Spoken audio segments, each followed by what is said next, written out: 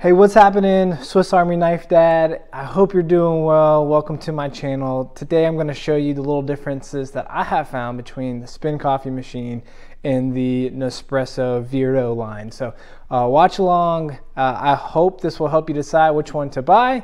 And please like and subscribe to the channel and we'll check it out.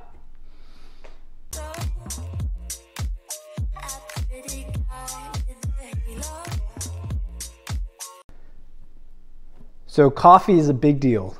You are probably looking to figure out what to do for your next coffee machine. Now, price differences here are pretty big. This was about $250. Came with the machine. It came with some coffee. It came with this espresso Arancino or Nespresso Arancino or just a frother. And I've had this for about 4 years. Works great, gets the job done, and I've actually learned to really like the taste of the Nespresso coffee. Yes, it's a pod. There's a whole different avenue that we can go down there if we want to, but for the most part, this has been a great machine. But I was looking for something a little bit more robust, looking for more options, really like affogatos, all that kind of stuff. So what could I do having different coffee? And the main decision came down to wanting to be able to have beans. I have some friends that are coffee roasters and wanting to be able to do the beans they give me in a machine. I wasn't able to do it here. I got the different adapters to do that, but it was always really watery and never good. So that's why I have been looking and found the Spinn coffee machine here and was able to add beans into the hopper, all that kind of stuff. So this is a different price point. They run about $1,000 depending on time of year. There's deals going on, and you can do different things like that. So maybe not pay full price, but look for a discount and you'll probably find one. But I will tell you that this is pretty similar to the Nespresso because I also got a frother, the same external frother that I had, and then I am able to do beans, but it spins it as well. So the cool thing here is it can do different drinks.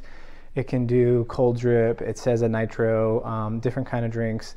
I have another video that kind of walks through the app. I will put a card here for you to see, so you'll be able to watch that video as well to kind of dig into the app. Again, didn't see much on the app as well, but this machine was able to take the beans, make a decent cup of coffee. I will tell you just off the bat, if you don't have a lot of time and don't want to keep watching, I will tell you that after almost a month of having the Spinn, I still love the Nespresso. The taste of the Nespresso is better. It actually, if you're just drinking espresso and espresso, I would say the Nespresso is a better machine for that. Now it feels very acidy. You have to mess with the levels. So if you're looking for something simple, I would go with an espresso. So if you don't watch any further, I hope that helped just from having the two machines, having this for 4 years and having this for about a month now. I was never able to really sway over to loving this as much as I love this. Now, let me tell you what, there are some things about the Spinn machine that are pretty cool. One's the app, being able to do configuration and walk you through 15, 20 different types of drinks. So if you don't know much about coffee, I feel like this really helps people who love coffee but don't know how to make coffee. You have to kind of figure some of that out with the Nespresso.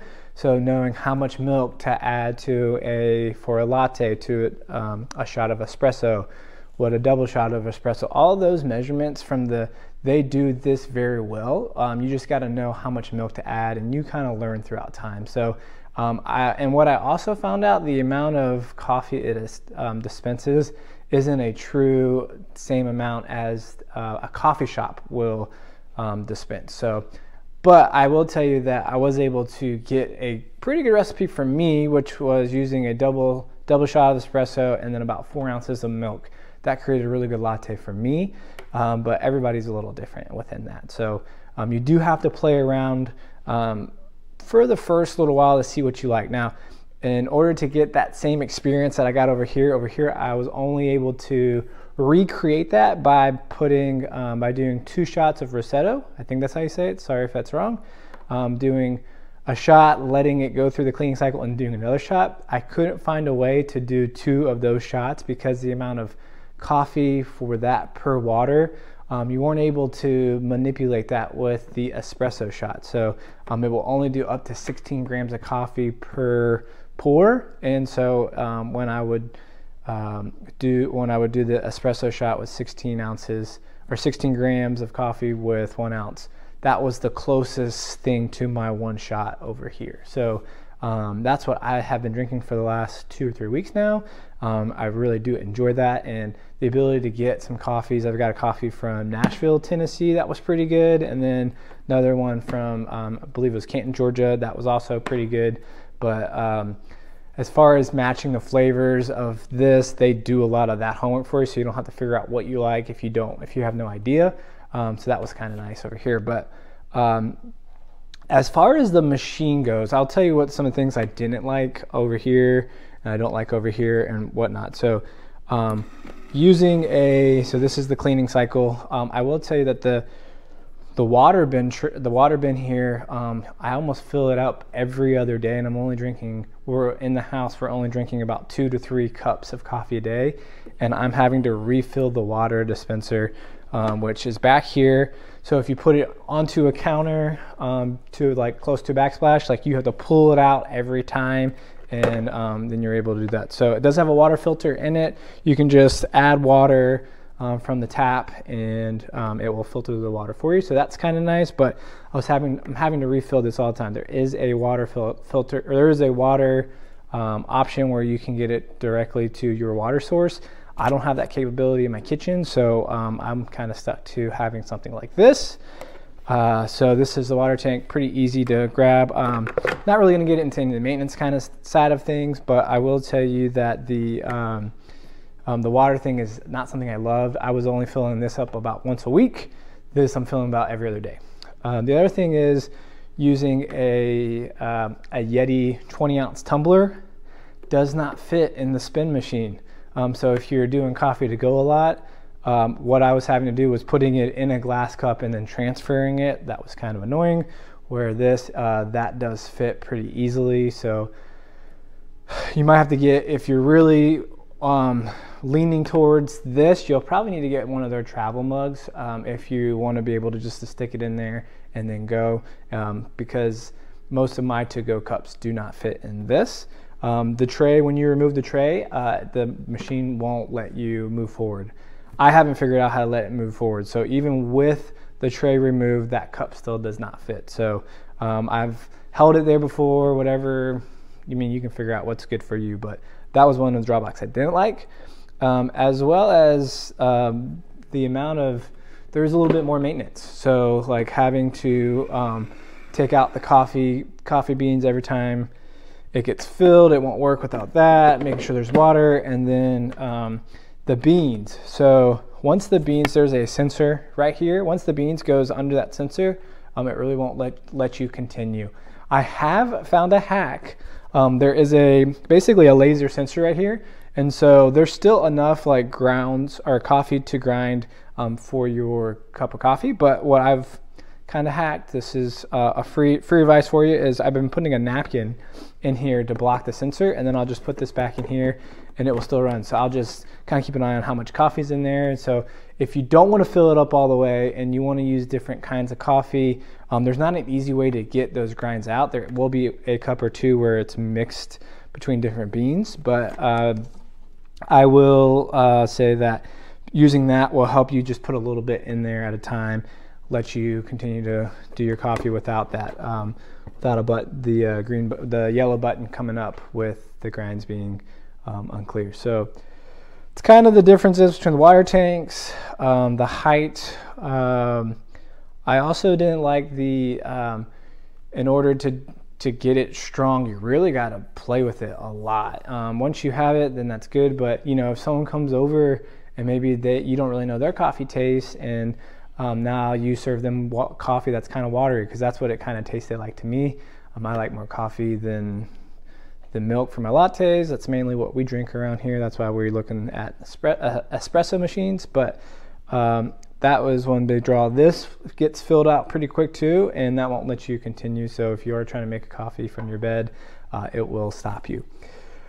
Where on this side, the water tank is very easily, even though this is pushed up to a wall here and here on our counter, I'm able to just take like a bottle and pour water into it. I'm not able to do that because I can't get over this with the cabinets, because the cabinets come up about right here. So this is a little bit taller. The only thing, so the whole reason why I started looking into this was because of the pods. I was done with the pods. They were getting more expensive, and just the ability to not be able to try different kinds of coffees as I travel, or if I had a friend travel or someone gave me coffee, wasn't able to try new things. Or if I go to a coffee shop, this was the main thing. If I go to a coffee shop and I really like their coffee, I'm not able to really buy a bag because I can't use it. So that was another big step of why I'm moving into this direction. The frothers, I will walk through that real quick. The difference of the frothers, this gets really fluffy. And so if you're doing a cold setting, we drink a lot of cold iced coffees with milk, so lattes, cappuccinos, that kind of stuff. So mainly cold. So this is a really thick, fluffy milk when you do the cold. This is, for me, a good fluffiness. It's not super fluffy, but it is cold and fluffy. The hot is pretty hot on both sides. I think this might be a little bit hotter. So if you like really hot without having to put it in the microwave, this was super helpful. They both clean the same way. They have a little wire whisk inside. There is some grooves that you got to get that back on, so sometimes that's hard, but you can see pretty similar concepts within that. So I just made a cappuccino, by the way. So if you have any questions, please add comments in the section below. Please like or subscribe to this video. I hope this was helpful. And my last thing would probably have to be the ability to the speed. This was my main decision. So I'm actually I still really love this, and it takes about, for your first cup of coffee, it takes about almost 2 minutes for it to brew your very first cup of coffee of the day. So this will brew still in about 15-20 seconds. So if you're looking for speed, if you're looking for being able to use a travel mug, if you're looking to be able to have a consistent cup of coffee pretty regularly, I would say this is a good machine. But if you're looking for beans, Spinn isn't bad. I didn't love it, and I don't like the fact that you have to almost get their coffee from their marketplace. But I hope, I'm not going to keep going here, but I hope this video was helpful for you. Please let me know if you have any questions, and there'll be some other videos. My latest video will be here, and see you around.